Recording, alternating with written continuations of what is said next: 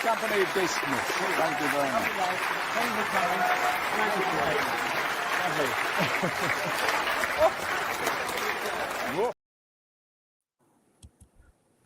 Well, welcome to another Sky Blue History podcast with, of course, our club historian Jim Brown and myself, Claudio. In a week that sees us top of at Christmas and possibly the New Year and pushing for automatic promotion, it seems appropriate and maybe slightly ironic that our guest tonight, Ken Sharp, is someone that during his period at the club, and it was one of the most turbulent in modern history of our club, which almost saw the club go into administration and the hopes of the club owning the stadium fast disappearing, along with Paul Fletcher and Mal Brannigan, with renewed enthusiasm, launched what was Operation Premiership, a 3-year plan to get us to the top tier, something that has now gone on possibly for 20 years. You could also buy a seat for life as well. But the sale of some of the fans' favourites certainly didn't help the cause. And a big hello and welcome firstly to Ken Sharp for joining us, and of course Jim. Good welcome, evening. Ken. Thanks for taking the time and trouble to come on tonight. Oh, it's always good to reminisce. They were turbulent but very enjoyable times, I must say. Made a lot of lifelong friends, and certainly we saw some interesting. Went through an interesting period in the club's history, that's for sure. Evening, Jim. I'm gonna. Good evening. I'm gonna ask Ken a question to start with. Firstly, Ken, may I ask, considering what you wanted to achieve, and I know Jim's going to ask you shortly more about your time at the club, have you any thoughts on the current ownership and what's happening currently at Coventry City? Because it's certainly incredible at the moment. Yeah, well, it's the perfect storm, having a local owner whose heart is in the club as well as his wallet. So, and I've spent a little bit of time with Doug. I did a presentation to him and their senior management team about 18 months ago on a project that we're delivering to a number of clubs called the Fans Fund, which has been a successful model at a number of clubs. And so I managed to present it to Doug personally at the training ground. And then he invited me to the game afterwards. He said, "Are you coming tonight?" And I said, "Yes." And little did I know that when he invited me, that I'd be sitting between him and his son in the boardroom, which was a bit of a shock. I thought he was throwing me a seat, just somewhere in the stadium. But yeah, he's a really lovely man, and certainly got his heart in the right place and clearly clever. What an appointment he's done from a managerial side. A stroke of genius. And it's worked out so well for all. And it's, Coventry holds a very special place in my heart, having lived there for 6 years and more or less worked 2 years on the stadium and then 4 years with the club, and the sort of a transition in between. It's one of the first results I'm looking for on a weekend. And it's certainly great to see that, touch a lot of wood, that this run of fantastic form continues. Did you notice the improvements at Brighton as well when you popped in? Because it's all been changed, hasn't it, now? Yeah, I did. In fact, I drove my electric car there, and I was absolutely delighted that they had electric charge points at the ground, which was novel, although a few clubs seem to have them. I did a project recently with Plymouth Argyle, and they have charge points there too. But it was, I was getting very concerned as I was arriving. I think I had 12 miles of range left, and I thought, I'm not sure. I'll get to the ground, but I'm not sure if I'll get out. But thankfully, I was fully charged by the time I left. And was Doug aware of your previous employment at the club? He may have a little. Being a busy man, I remember, and this is the case with a lot of owners, when they sit down, there's not a lot of time to chat about, your backstory, or And either way, it's like, right, I've got 15 minutes. I heard a lot about this. Tell me about it. So it was bang, straight into it.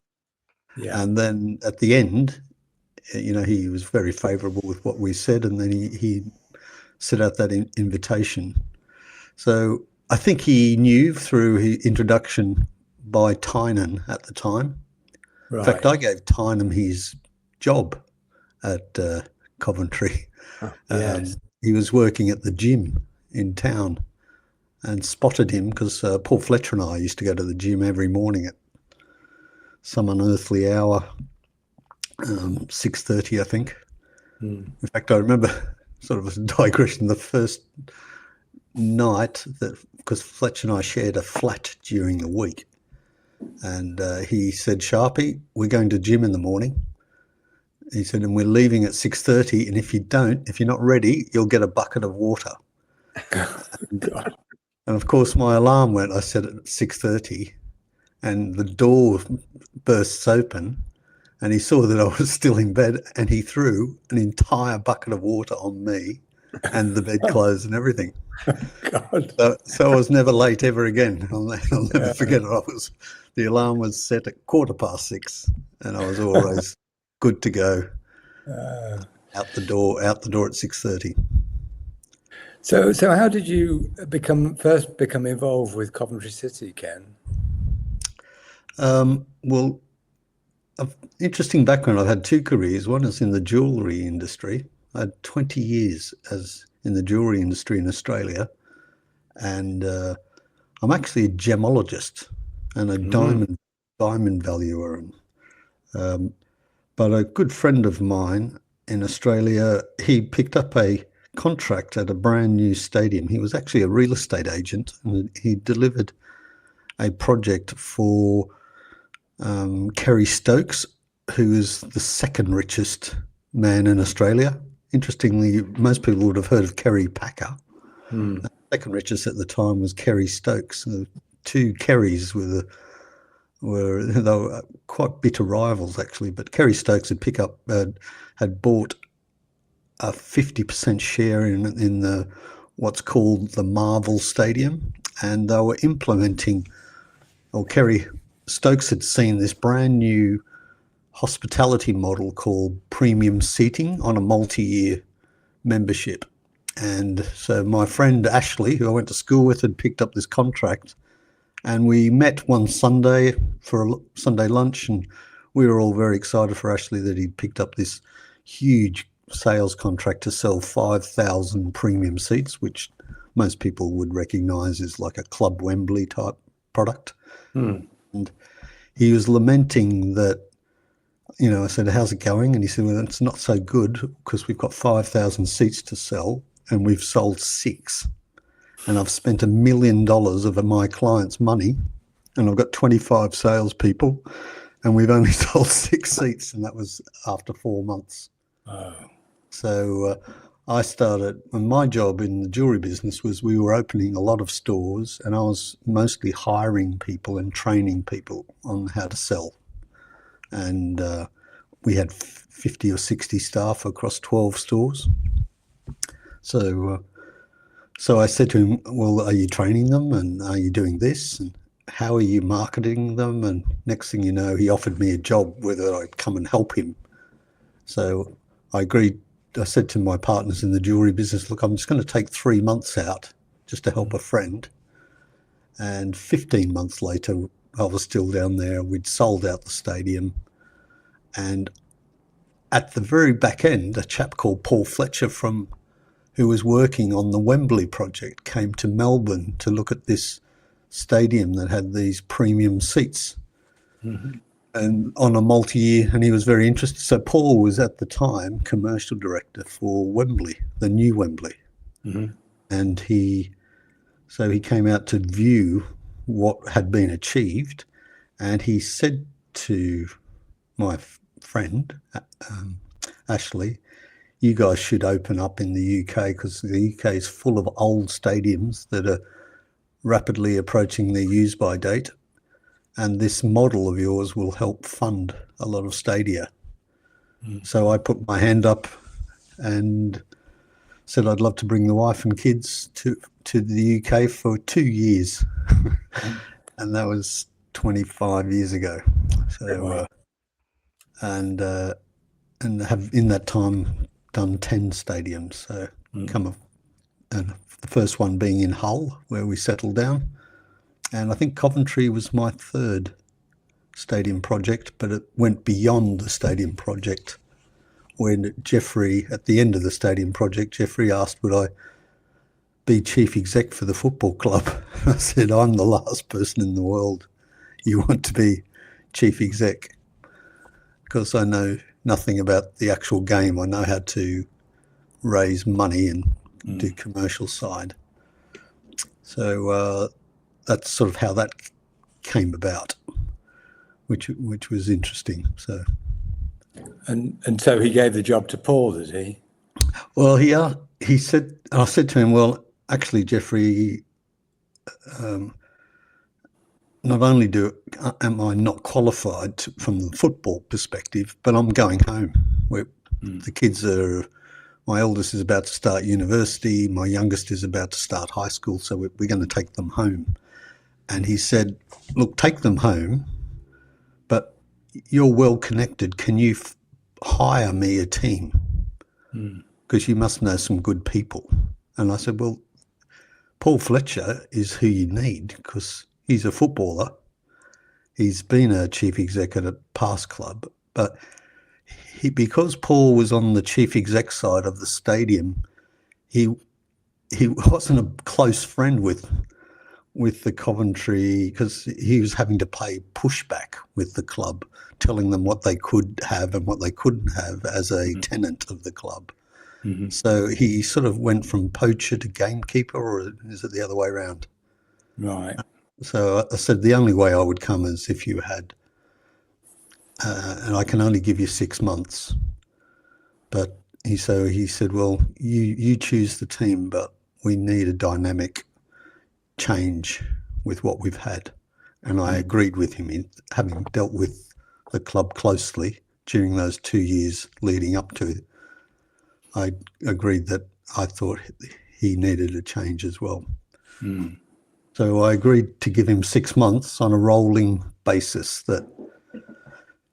and I managed to convince, I thought the best finance guy or accountant was that I'd met in my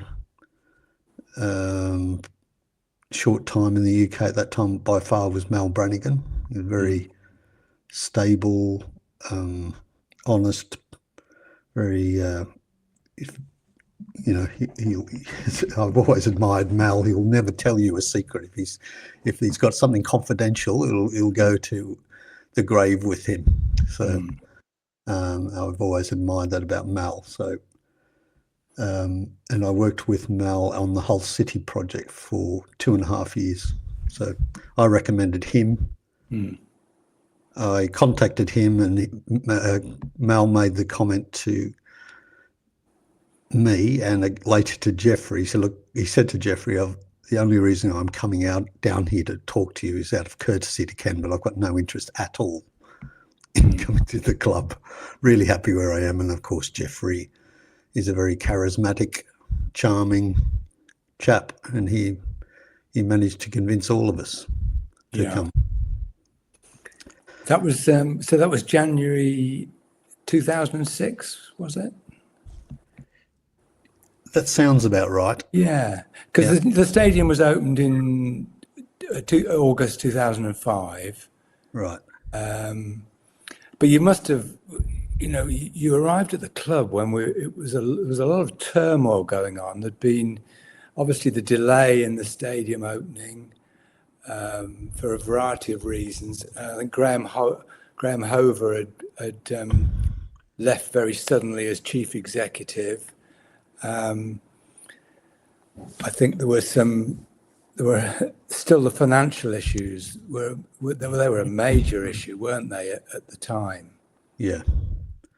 Yes, the model that Coventry had to start with, missing the three key pillars of revenue that a club typically has when they go to a new stadium, missing the hospitality component, which was a chunky sum, that was going towards paying a portion of the rent, and the rent model, as we all know, was dysfunctional. It was fine if you're in the Premier League, but it was way too high at the time. But it was previous regimes basically agreed to anything to get to that stadium, and having to sell their half share at the death, the football club, that just put them in a very precarious position right from the outset. But that was the challenges of coming out of the Premier League and inheriting all of those huge contracts and having very little cash flow. They had to sell their half share to the Higgs Trust, as you know. Yeah. And had they kept that and that half share, the model could have worked. But in hindsight, probably the only way it would have worked is owning the whole thing. And that was certainly the Americans who came over. That's what they were trying to achieve. That they acknowledged that I think there's 7 major income streams for a football club. When you're missing naming rights and the sponsorship, because that's where Jeffrey was impressed, because we had a target of 9 million to achieve on the sponsorship side. And Fletch and I, between us, and James Parkinson, the three of us, managed to pull in 19 million. Wow. So, and that was why we were asked, while I was asked to join the club. Yeah. Because to blow the sales target out of the water was very satisfying. Career highlight of mine still, selling the naming rights. We sold it 3 times, as you might remember. Yeah. Tasked to sell the naming rights. We sold it almost immediately to Isle of Capri. And then the council said, actually, we don't want the Isle of Capri to name the stadium, because the council had a list of sponsors who were off limits, cigarette companies and the usuals. But the actual casino wasn't on the list. So we went to them just as we're starting, and the casino said yes straight away. So we thought we were very clever, having sold the naming rights 2.5 years out from the opening. And then they said no, so we started again, and then after a long negotiation sold it to Jaguar, which was a great name. Would have been such a great name, and we came up with this fantastic visual that convinced Jaguar, where we were going to have off the nose of the building a 60-foot leaper of the cat over the roundabout, which would have been fantastic.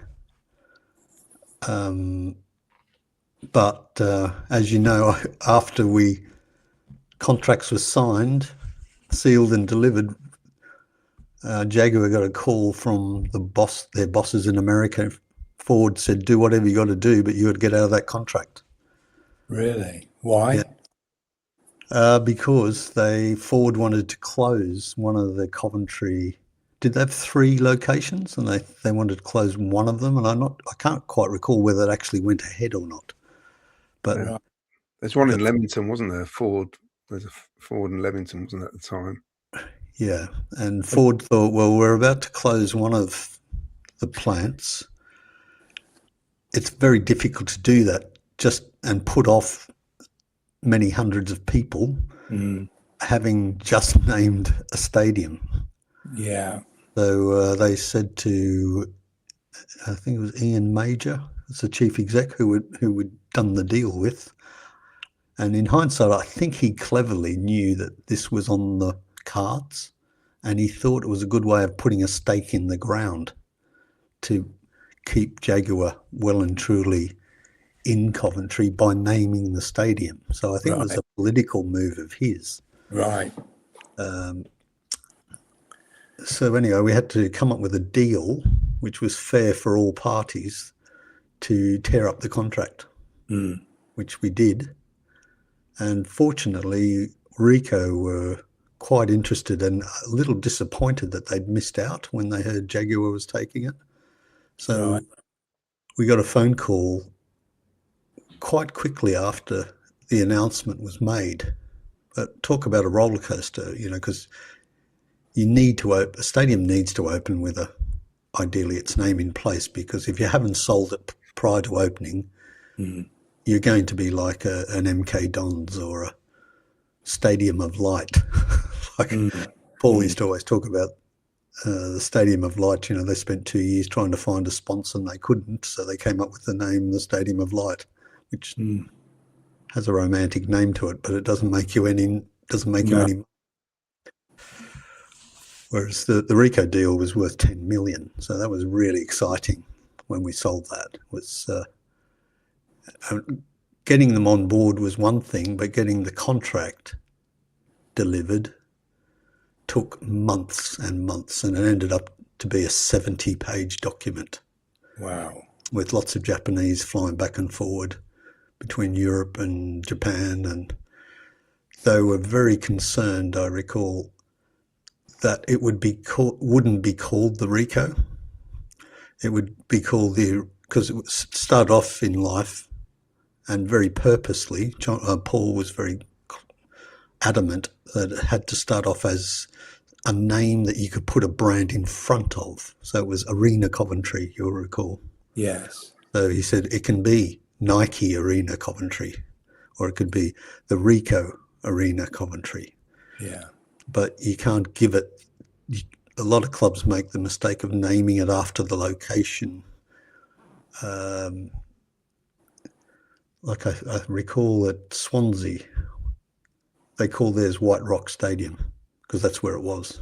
Okay. And it actually devalues the product because people are convinced, well, everyone will continue calling it White Rock. So, a bit like, Southampton would be similar, wouldn't it? Because that's always now called the St Mary's, but the original sponsor wasn't anything called St Mary's. Yeah, and like Old Trafford will always be Old Trafford, won't it? Yeah. So we actually had to agree a deal that if it wasn't called that at a certain percentage in the media, I can't remember the exact numbers. It might have been that you do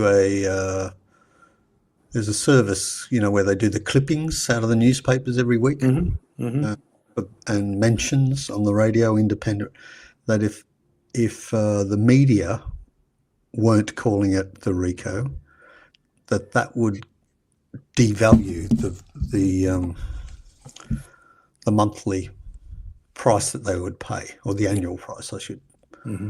So we worked very hard, and Liz Cooper was absolutely fantastic in ensuring that any journalist that ever came to that stadium, like you might remember, the media desks where the media work from, with their laptops, they had like a massive placemat in front of them, which had, I think the word Ricoh appeared on this placemat underneath a sheet of glass. I think it appeared 20 odd times. The history of the Ricoh and the history of the Ricoh company. And we had Ricoh beer on tap in the press lounge. So I think we reached like 97% by month 2. Wow. No one ever called it Arena Coventry. No, they didn't. It was always the Ricoh right until Coventry Building Society came in. It worked, didn't it? Yeah, it did. 2 syllables. Even now, Jim, people struggle to call it CVS sometimes. They still I say the Ricoh sometimes, even now. Yeah. I think it's the secret to naming rights is 2 syllables. Ricoh, Reebok. Yeah. Wembley. It's just easy. Yeah. Ken, you spoke. I just want to touch briefly on the council. Did you find they put obstacles in your way? What would they like to deal with then? They were very challenging on the sale. Like from what I recall, they wouldn't shift a penny on what the price And even though we had some really good buyers lined up, they just refused to shift. They'd had a valuation on what it was worth, and so they were fantastic to work with during the project. But the challenge was, once the stadium was open, because they always had a difficult relationship with the club overall, and I don't think that helped. They had trust issues with the club, which went back before my time, and I'm not quite sure why, but and that may have been one of the reasons they refused to budge on their price. And I remember when the Americans, Sheldon Yellen, came across, it looked like a done deal if they could just meet in the middle on the price, but they refused to. And Sheldon, I think he bought a finance team of 5 people. So this was a serious meeting, you know. This was the one where the deal was going to be done. Yeah. And I think in the end, they'd made 3 trips, the Sheldon Yellen group, to try and put that deal together. But the council refused, and then ultimately, it, got sold for far less value to Sisu in the end. Well, and so had that gone through, I'm certain it would have been a whole different story. And that would have been so satisfying for the aspirations that we all had, which was to get Coventry back to where it belongs in the Premier League. So that was that around the same time as the Manhattan Group were involved? Yeah. In fact, at one stage there was 5 groups, and there were two groups that had the wherewithal to pull it together. And it's hard to remember the different characters with each, but I do remember Sheldon Yellen coming across, and we took him out to that beautiful restaurant outside of town, and where the board were all out there. I think there was 20 people at this big square dinner, and it was more or less a celebration that the deal was more or less done. But little did we know that got dragged on and ended up where Sheldon Yellen's people said that as the time was going on, the actual value was dissipating. Even they were going 2 different directions. Like what they valued it at was deteriorating greatly as Coventry went down the league. Right, and presumably this was at a time when the football club, had massive debts, and so was the stadium the sort of sticking point in any negotiations? Yeah, the buyers wanted the whole lot, and the council weren't prepared to sell the whole lot. They were only prepared to sell half, and what that half share was the disputed the disputed amount. I didn't take in-depth notes to know any precise numbers, and nor you're under confidentiality with these sorts of things anyway.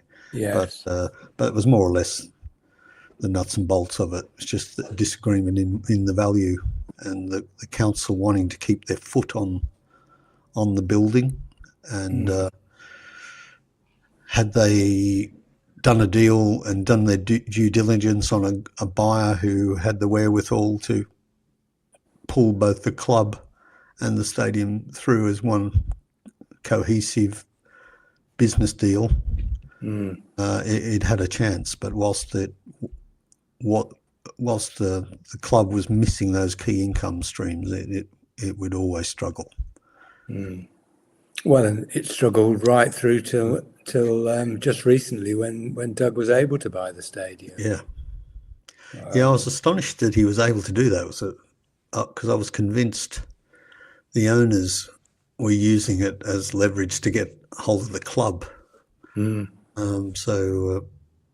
I think that's what everybody thought. But Yeah. Doug's pulled off a masterstroke. We still don't know how much he paid for it, No. but because there's been no published accounts.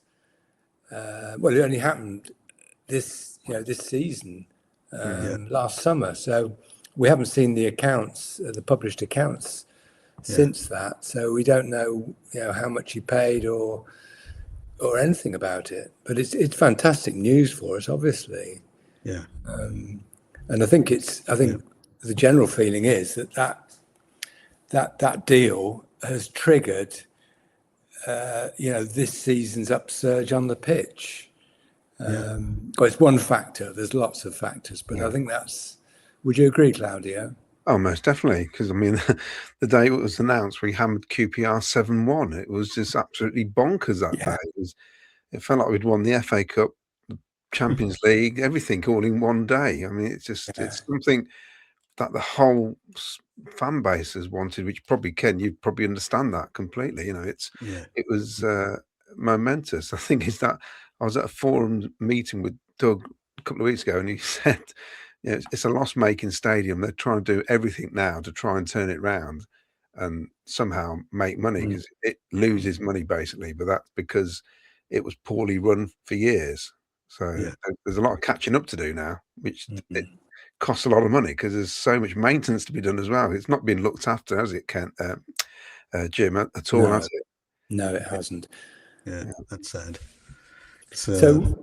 It was built as a convention centre, so that's the way it was meant. It was always built to pick up the overflow from the NEC. That was the whole basis of it, and it should do that because it's got those huge spaces, hasn't it?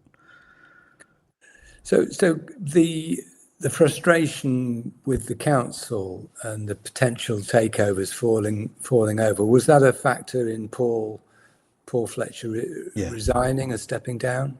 Yes. Yeah, it was a face-saving, that he thought he could deliver that.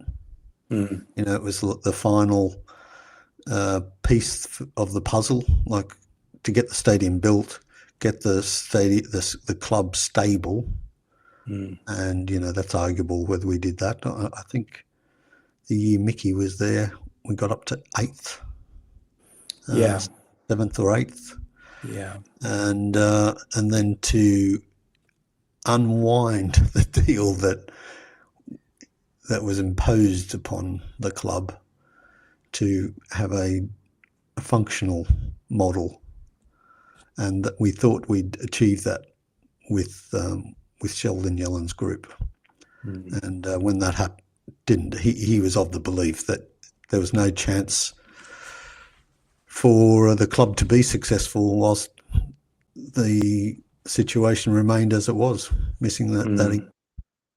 So was that the failure of that deal and Paul stepping down? Was that the beginning of the end?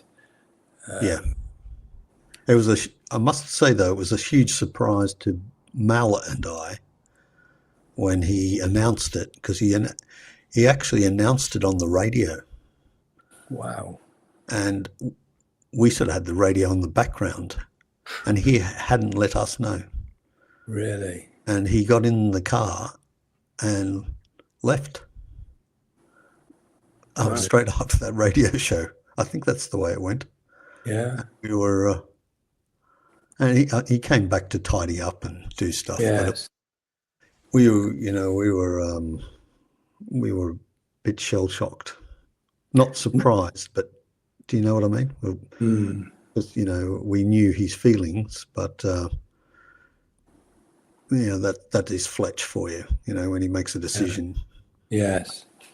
So didn't Jeffrey step down at roughly the same time or just afterwards? Yeah, just afterwards, and I believe Joe stepped into the fray. Yeah, and we had spent that time trying to find a buyer, and it was one of my favourite photos. I got a photograph of Joe, myself, the Cassidy brothers are in the photo. I think they just happened to be there, and we're all sipping champagne because the sale had gone through. 15 or 30 minutes before that administration deadline. Yeah. Yeah. So we saved at least the relegation at that time. Was Sisu the only deal in town at that point? Yeah, of the 5, they were the 5th. Our 5th choice. Right. And they were very clever at brinksmanship, I think's the word, isn't it? Waiting for all the other parties to fall away. Right. So they were the only deal left, and they bought it for far less overall than what the other parties were offering. Yes. This council was sort of painted in as much of a corner as Jeffrey was. So, and yeah, difficult times, but you know, it was a lifeline, I guess. At least It does feel like the council were out their depth in dealing with something as big as this.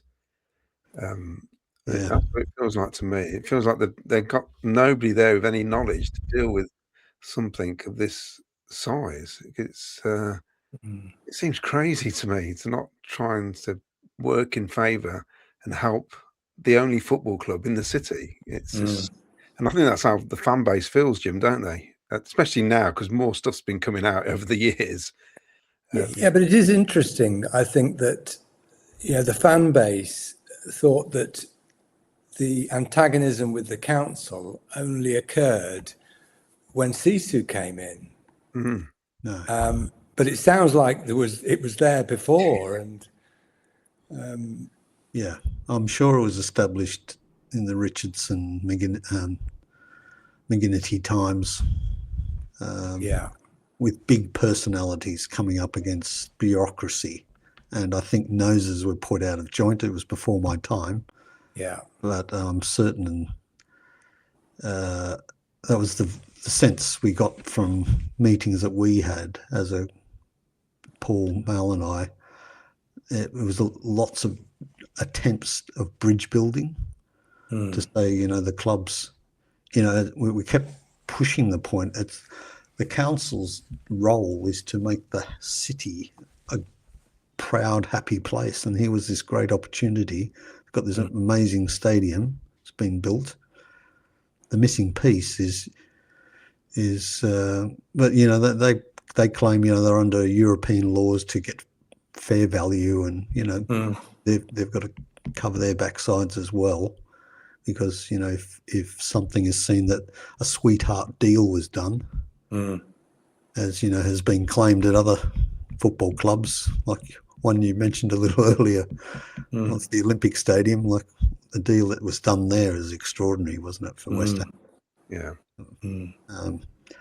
So I think they were very careful with that, but also I don't think the personality mix helped. I think there were probably words said in a meeting at some stage which set the cast for never being terribly helpful, which was a shame. But anyway, looks but you stuck around for a while, didn't you? Yeah, I stuck around with Sisu for some months, but the first thing they did was want to prune every cost out of the place, and that started at the top with the senior management. They wanted me to stay there, but they wanted to reduce my sales team, which I'd spent a long time building, from 5 just down to 1. Which was Raj. Oh, good old Raj. And I explained to them that a sales team, a good salesperson will deliver around 5 times their value, their wage in sales, and a great salesperson would deliver 8 to 10-fold. And I said, this entire team does exactly that. Raj was pulling in some big sponsorship numbers, but all the team were doing really, really well. And I said, if you just remove them, all your revenue will just fall away, because one person can't do the work of 5. One person might be able to do the work of two, but probably doubtful because they were all working very, very hard because they worked for me. And so I said, if it's just not possible to do that, so I'll save you the time and I'll resign as well. If you think you can, we can pull those same revenue numbers where you take 4 of the 5 away. And basically they said to Raj the same thing. Raj, we want you to be the sales team. And he knew the same situation. So that would be impossible to achieve those targets. So we agreed to part company. Plus they're, they weren't very nice people to deal with. That's for sure.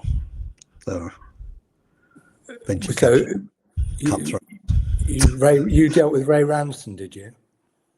I met Ray Ranson. He wasn't part of the management team to bring. He was going to be on the football side of things, identifying footballing talent and so forth. But on the commercial side, there were a number of people brought in at different times, and they were all pencil pushers, who had zero experience in working in football, or they were just hard-nosed people to see where they could cut costs and increase yield. It was all about, you've got to increase yield. You've got to make we had 1,500 people signed up on the multi-year membership.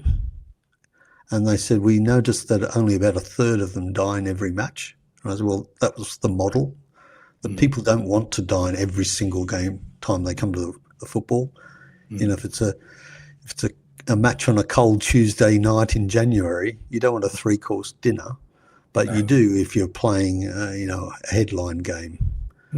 So the stadium was designed that 1/3 of the hospitality spaces would be set out restaurant style, and the rest of it would be sort of open plan bar areas, because that's what people want.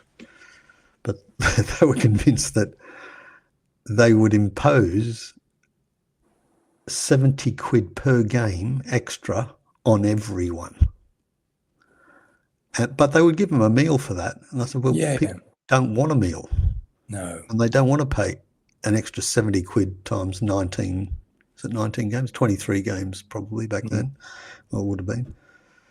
Because you're just driving up the price massively, and the product on the pitch isn't great at that time. So you'll just drive everyone away. And that's exactly what happened. So after I left, they thought it was clever to do that, to try and increase the amount of F&B.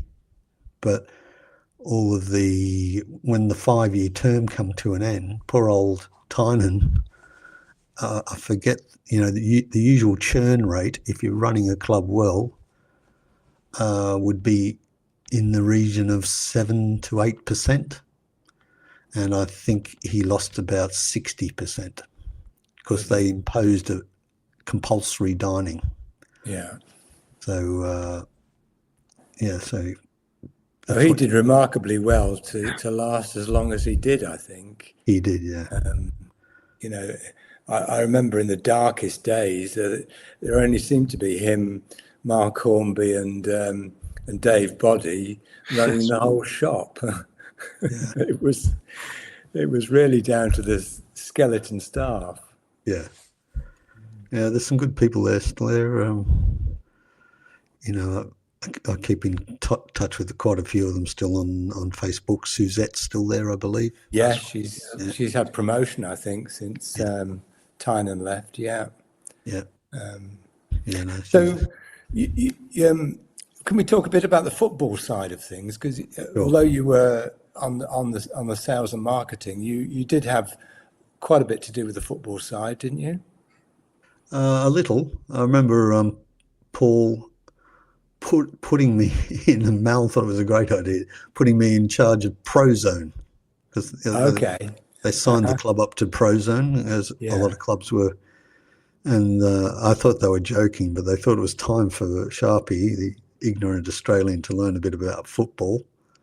And so through that and regular meetings with Prozone, although Mel was involved with most of it, I believe, in terms of the stats side and the scouting and all the rest of it. So my interest in the game itself heightened quite a bit in that sort of that last 18 months, 2 years, I think, once Prozone was introduced, because, you know, we were getting reports post-match and of how many touches they were making and how many were in the right direction and percentages, and it was an interesting time. I remember when they were pitching Prozone, and I was speaking to the chap who was about to pitch, and I'd asked if he'd had an interesting week, and he said, "I tell you what, I've had a really interesting week." And I said, "Oh, why is that?" And he said, "Well, I've just come from Chelsea, a meeting with Chelsea, and their owner, Mr. Abramovich, his instruction was, I want this Prozone installed into my yacht. And if any ideas that you've ever had of things you would like to do, I will pay for it all. But I want the James Bond of Prozone." And I thought, oh, okay, well, we're not quite in that category. So he made his way from that meeting to his meeting at Coventry City, Right. where Mal no doubt nailed him to a very skinny deal, because Mal is the master negotiator, that's for sure. So when you arrived, Mickey Adams was the manager, and he did pretty well that season you arrived, didn't he? The first season at the Rico. I think that was the Dennis Wise season, wasn't it? Dennis Wise came in. Yeah, and rescued the season a bit. I believe so. I remember there was a good start, and then, like all managers, they go through a period where they go through a run of bad results, which always brings them unstuck. And what flips that is always the difficult one. Usually it's injuries, but it's sometimes personalities and falling out amongst the squad with the manager. So what actually happened there, I don't know, for where we went from contenders and to hanging on. I'm not sure, how long was he there for? Was it more than 2 seasons? But he joined in January, February 2005, and he went January, February 2007. So 2 years. 2 years. Yeah, I thought it was about then. There was. I think there were quite a few bust-ups in the squad, wasn't there? I know Stephen Hughes and him. Stephen Hughes. I wasn't going to say his name, but I believe that was the main problem, challenge that Mickey had was he was disagreement. A skipper, wasn't he? He was the skipper, wasn't he, at the time? Yeah. One of my main memories with Mickey was his last day, and we're under instructions from the board, because I was on the board, that if Mickey didn't win that game, it was all over, and Mickey probably knew it anyway. Was this the Bristol City Cup replay? Probably. I don't remember the game. A night game? No, I think it was a day game, but I might be wrong. Yeah, you'd know better than me, Jim. But all I recall is Fletch, because we used to sit together in the stand. He said, "Come on, Sharpie, you and I have got a job to do." What, me? He said, "Yeah, it'll be good for you." And so he said, "You're coming with me." I went, "Okay, all right." So for the first time in my career, I went into that manager's office with Paul, and Paul knocked on the door, and Mickey said to the other side of the door, "Come in." And we came in, and Fletch just held his arms out, like a Yorkshire, like a good Lancashire man. He put his arms out, and Mickey came up and and Mickey said, "I'm so sorry, Fletch. I've let you down." He said, "No, you haven't." He said, "You've done your best." And that's all a man can ask. Yeah. And they had a hug, and I think we had a glass of wine, just a quick glass of wine, but it was all over in a few, maybe 10 minutes. But never were the words said, "You're sacked." So No. that It was sounds just a hug. that sounds like a scene from The Godfather, actually. Yeah, Yeah. but Mickey knew the score, and he knew that the pressure was on, and that was probably the game. But it was just done with such class on both sides, and I was just a spectator there. Yeah. But the way that Paul did that, everyone kept their dignity, and there was no shouting. Just, that's football, isn't it? When I look back at that particular season, Mickey's, if you like, Mickey's sort of third season at the club, and I look at the players that were brought in that summer, there were some shockers. There were some real shockers. You could count out of 8 or 10 signings, you could count 2 good ones, really. I think the only ones I thought were reasonable were J Tab and Elliot Ward. But people like Wayne Andrews and David McNamee, Adam Virgo, Chris Birchall, Colin Cameron. Yeah, they're just shocking signings. Who was Mickey in charge of the recruitment? Yeah, it was very manager led, and then a discussion between manager and chairman, and then up to Mal to do the best deal he could do on the people that they're looking for. Right. Yeah, I agree with that. J Tab was brilliant, that's for sure. Really added some energy. I'll never forget that the moment the Coventry fans turned on Mickey when he held his ear up to the fans, where he was it at Barnsley? It was, yes. And he made a substitution, taking off one of our players, and the Coventry fans went nuts because they thought the only chance that we were going to score, he was taking that player off. I can't remember the player. You probably remember, Jim. And the substitute came jogging on, a la Teddy Sheringham, and headed the ball in. Well, the substitute was Wayne Andrews. Okay, right. He'd had injuries all season, and Mickey pulled him out of the hat and threw him on, and all of a sudden, Mickey was the genius. Yeah, but him doing that. Yeah. What are you saying? What are you saying? I think that it thought it was a clever thing to do, and it was amusing, but the fans didn't like that when they reflected on it. No. He was so that was almost the beginning of the end from the fans' point of view. That little moment, there was a little nugget of history, which I thought was entertaining. Yeah, and the other thing that happened at that summer, right after the start of the season, we had the Gary McSheffrey sale to Birmingham City, and that was a long drawn out saga, as I seem to remember. Yeah. Do you recall that? Well, I recall the deal that was going to be done was a very favourable one that had been negotiated, but then owners got involved, and then it wasn't quite delivered anywhere near what had been agreed, if that makes sense. So I think Birmingham sniffed desperation from those discussions, and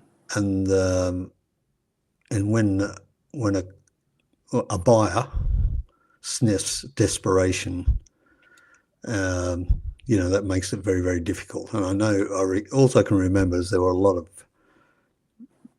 a lot of great disappointment from the senior management's point of view that the sale had gone through at that price, astonishing. So, but was that Karen Brady for Birmingham? Yeah. So it was disappointing because they certainly picked up a bargain. didn't they? Although I don't think he performed for them as they'd hoped, did he? Well, Gary? he got them promotion, didn't he? Oh, But did he? never really hit it off in the Premier League. Yeah. And then he came back, didn't he, Claudio? Yeah, he did. Was that the case of us needing quick cash, Ken? Yeah. Basically. Yeah. Yeah. But you can never let your buyer know that. And, Oh, I see. and I think Jeffrey let it slip how desperate he was. And so she put an offer on the table, and he astonishingly accepted it. Oh, and you knew nothing about it? Well, I certainly didn't. And whether the rest of the management team knew about it, well, they certainly knew about it the next day. Yes. Which was quite a surprise. Yeah. So who appointed, so after Mickey went, who appointed Ian Dowie? Well, the board were interviewing lots of prospective managers, and then he came on the radar very late, and I recall him presenting like a PowerPoint presentation, and it was certainly really impressive. I remember at the end of it, and I was in that presentation with people who actually know football. I thought, well, this guy really knows. But the extraordinary thing, his deal was that I'm going to Leicester. I'd rather come to Coventry, but if you can match what Leicester have offered me, I'd rather come to Coventry.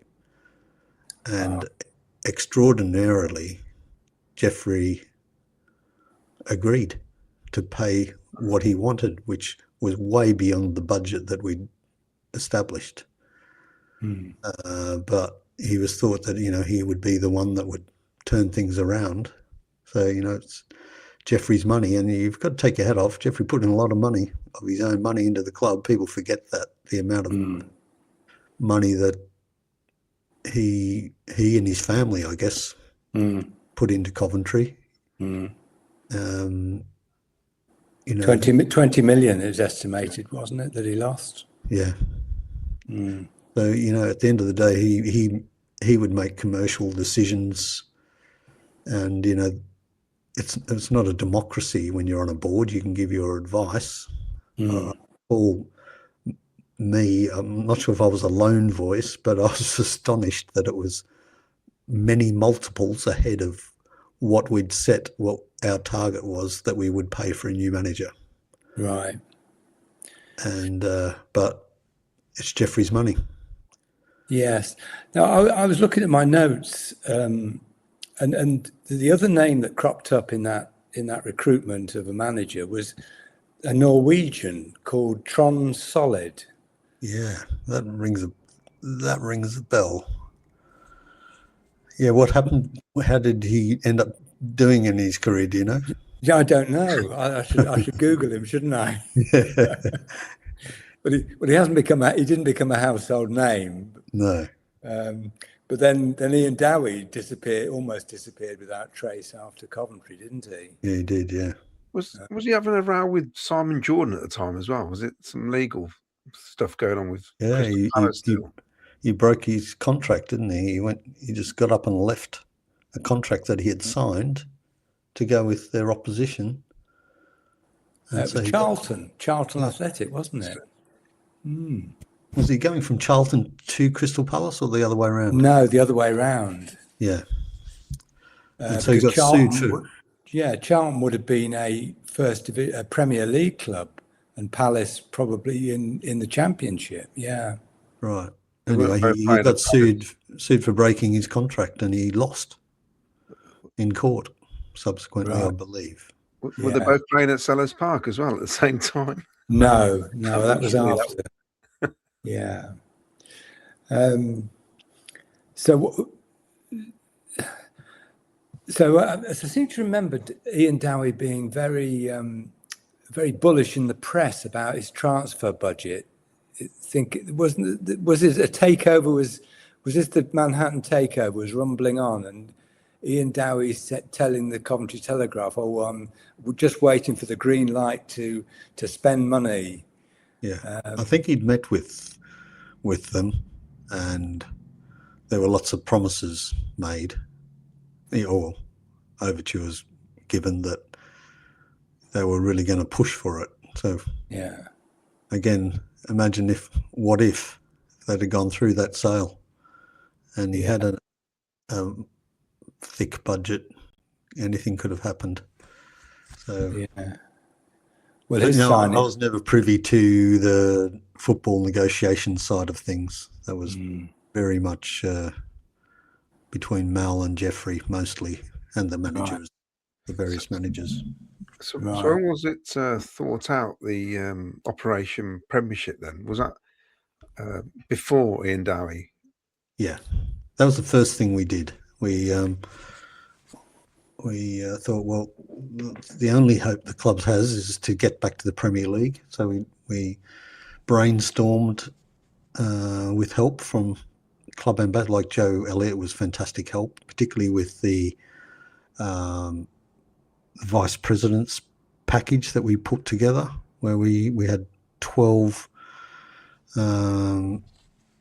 vice presidents that we pitched to, Joe and I and Mal, where we hand selected people in the Coventry community who had the wherewithal to, we put together a really good deal to raise $2 million by offering, a deal where they could get their money back and enjoy the hospitality of the boardroom and a premium on their investment along the way. And I forget the figure, I think it was over 2 million that we raised. But we came up with the idea of lots of things like the seat licenses, which I think you mentioned, Claudio, which is, is a standard model in the US, that when you build a stadium, you buy your license for the seat, and then your season ticket on top. And then if you're ever leaving, you sell your license onto somebody else. And so that private seat license, or PSLs as they're called, is a model that the Australian thought, I think I could convince British football fans into this model. It was hard work. We sold 300, I think, for £149.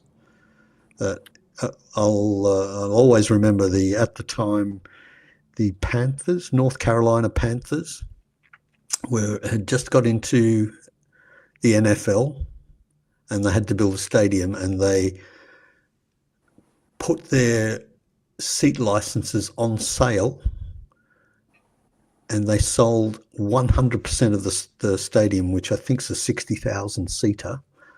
They sold it out in 24 hours and raised 180 million, which paid for the entire stadium. Wow.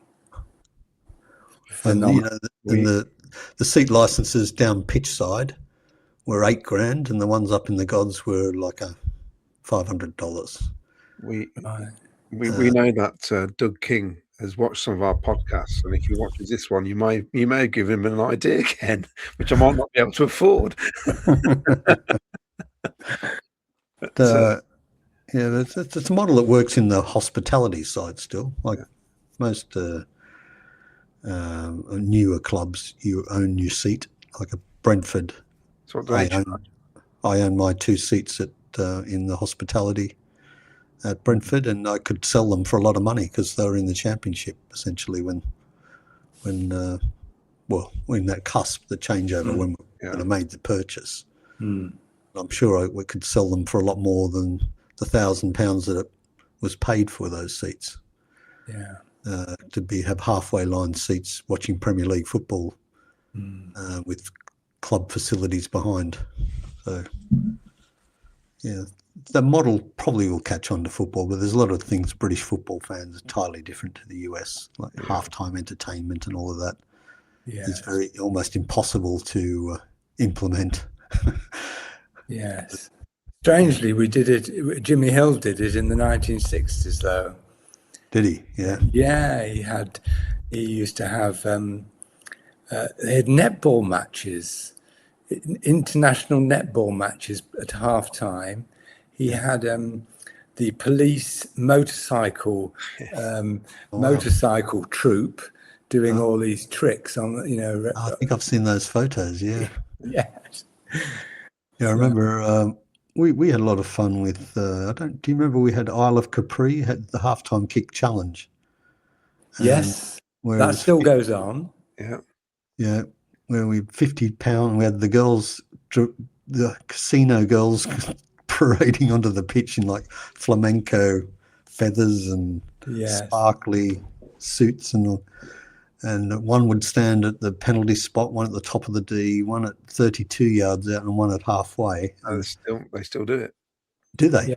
Yes. They don't have the girls though. No. Right, no, they took the girls away. Okay. Yes. And kicking into an open goal. Yeah. Yes. Yeah. Oh, It's okay. rarely done from the halfway line. Yeah. Well, that was. I remember we took the chief exec of Isle of Capri was an ex-NFL player. He was actually a linebacker, so he was a huge man. And I was pitching him on putting up the prize money. And he said, surely, in his American accent, which I won't attempt, but he said, surely people can kick a football into an empty net. I said, it's a lot harder than you think. Yes. And he said, I don't believe you. And I said, well, I'll tell you what, you get 5 of your people, and I'll randomly pick 5 out of my sales team this Thursday at lunchtime, and we'll have 10 kicks each. That'll give 100 kicks, and we'll see what percentage go in. Yeah. And do you remember Mark Davies? Yes, I remember Mark, yeah. He was the only one. He kicked 3 out of his 10 in. Right. Because he knew that you got to put a bit of a curl on it. You can't. But the chief exec himself, who was an athlete, but he was a massive guy. He must have been 6'5" and about 5 foot wide. He would just come roaring in, the ball sat on halfway, and he'd kick it, and of course it goes splaying off. And he didn't get anywhere near the goal. And at the end, he huffing and puffing, he said, okay, you've got a deal. I believe you. Yeah. That he would never, and because it was a jackpot, because it was jackpotting at £1,000 a game at the time. Right. I don't know what the deal is nowadays, but it's definitely difficult kicking it into empty net, isn't it, Jim? Because we had a centre forward who couldn't do it from 4 yards in one of the games recently. Yes. So halfway line's different kettle of fish, that is. Yeah. Well, particularly if the guys who are trying it have had a few beers and they've got shiny shoes on. Yes. So I don't think anyone went remotely close. And in the end, we got asked at the end of the season by the catering company, Compass, can we stop doing it, because their sales had dropped dramatically at half time because of the fans were staying in the stands to watch it. And we actually put it on to try and alleviate the crush on the lose, because there was an awful crush, even though it was designed to have plenty of 15% more than the minimum. And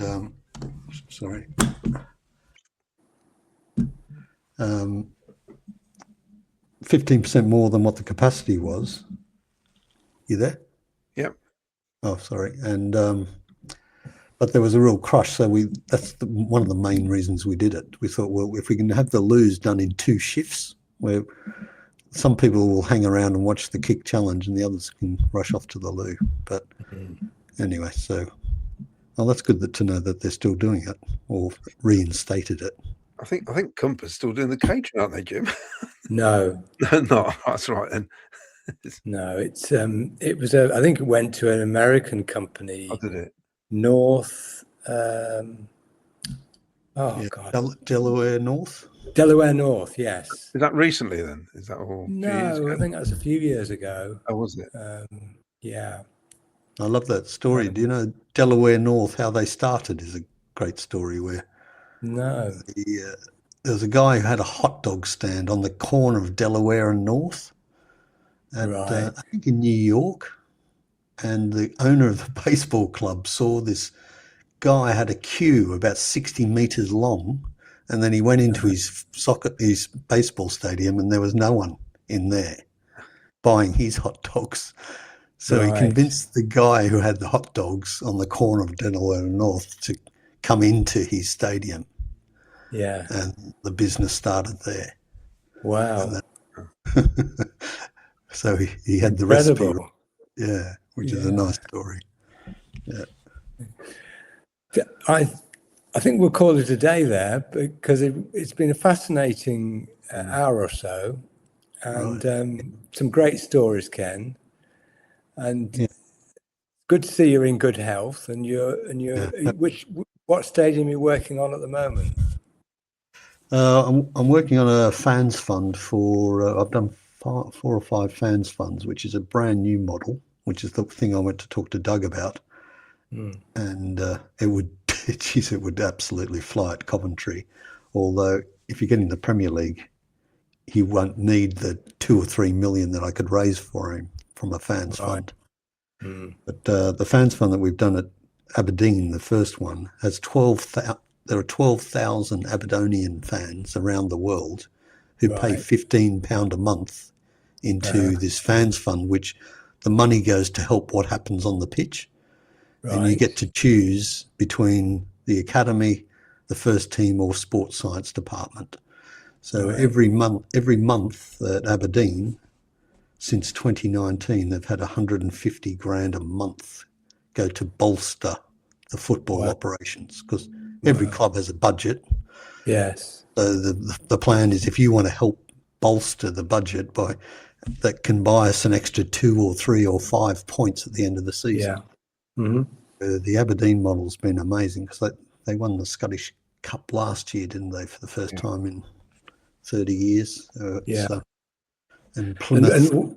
And is it a sort of a lottery type thing? Are the monthly prizes? Yeah, there are benefits. There are prizes, match day prizes, and a monthly prize and an annual prize. If you take the premium package, they do a 4th kit with all the fans' names, who are all part of the fans fund, in microprint, sublimated into the design, and that becomes the 4th kit for the season. That's where Tynan got the idea from for Coventry then. Yeah, for that kit he did, yeah. Yeah. So I think it could be sold at Coventry, definitely, because we've got loads of fans abroad. There's local. 2 or 3 million is a lot of money when you're on championship incomes. Yeah. But when you're in the Premier League, 2 or 3 million, it's a drop in the bucket. It is. Imagine a club like Wrexham, I think, because the ones we've delivered, 1 in 9 fans love it, because there are 1 in 9 fans are that nuts. They're more than happy to pay 15 quid a month to make what happens on the pitch stronger. Yes. Yeah. They feel like they've got a stake in it. Yes. And you two would likely candidates looking at Claudio's kits. 15 quids is a snip of what he spent on Coventry. Because imagine the feeling of a club feeding into a fans fund, and the day comes when you get to the Premier League, you think, you know what, I helped make that happen. Yeah. And that's the secret of it. So it's quite exciting introducing this new and it still would work for Coventry, I'm sure, because it's all very well to get to the Premier League. As staying there is going to be the initial challenge, I'd imagine. Yeah, Brentford have done so well, haven't they, to stay there and flourish. Yeah, amazing. Using data and science, like Brighton. Yeah. Well, I've enjoyed the chat. Yeah, it's good. It's good to see you. Good to see you too. I hopefully get to a game again soon. The last game I went was not that long ago. I went to the Leicester game. I rang Tynan with about 2 hours before the game and said, "You mind if I come to a game?" And he went, "Oh, thanks for the notice." He found me a single seat, and it was the game Coventry won late. It was brilliant. 3-1. Oh, yes. Yeah. Great game. Yeah. Brilliant. Great game. Yeah. Ken, it's been great and actually fascinating for me, because especially all the background behind the ground in the early days, and for some people it's probably cleared up and got rid of rumours. Actually, they can now make their own minds up when they actually hear somebody talking about what happened. And it's fascinating, wasn't it, Jim? Absolutely brilliant. It is, yeah. It's a really interesting period in the club's history, I think. Yeah. If you can, those watching, remember, if you want to contact Jim, you can contact him at clarryborton@gmail.com. If you've got suggestions for future episodes, that'd be brilliant. Like and subscribe. And yes, the one idea we wanted to ask fans, Claudio, was, what was your first game? Yes. If you can tell us what your first game is, and we can talk about it on air and give them the stats and everything. That would be really interesting to hear from fans on that. It would be actually be brilliant, absolutely brilliant. Ken, thank you very much for. Okay, hope to see you in person one day soon. Yes, let us know when you're coming to Coventry. Will do. Okay, see you, chaps. Okay. Cheers. Bye, Ken. Bye.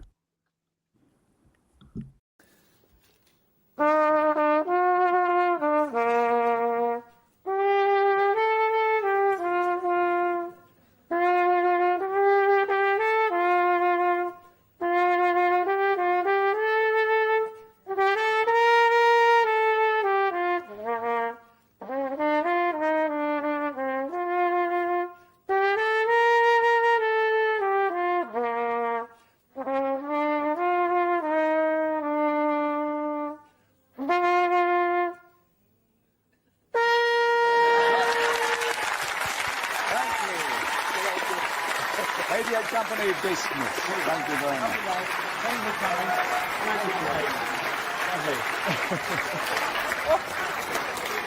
coming.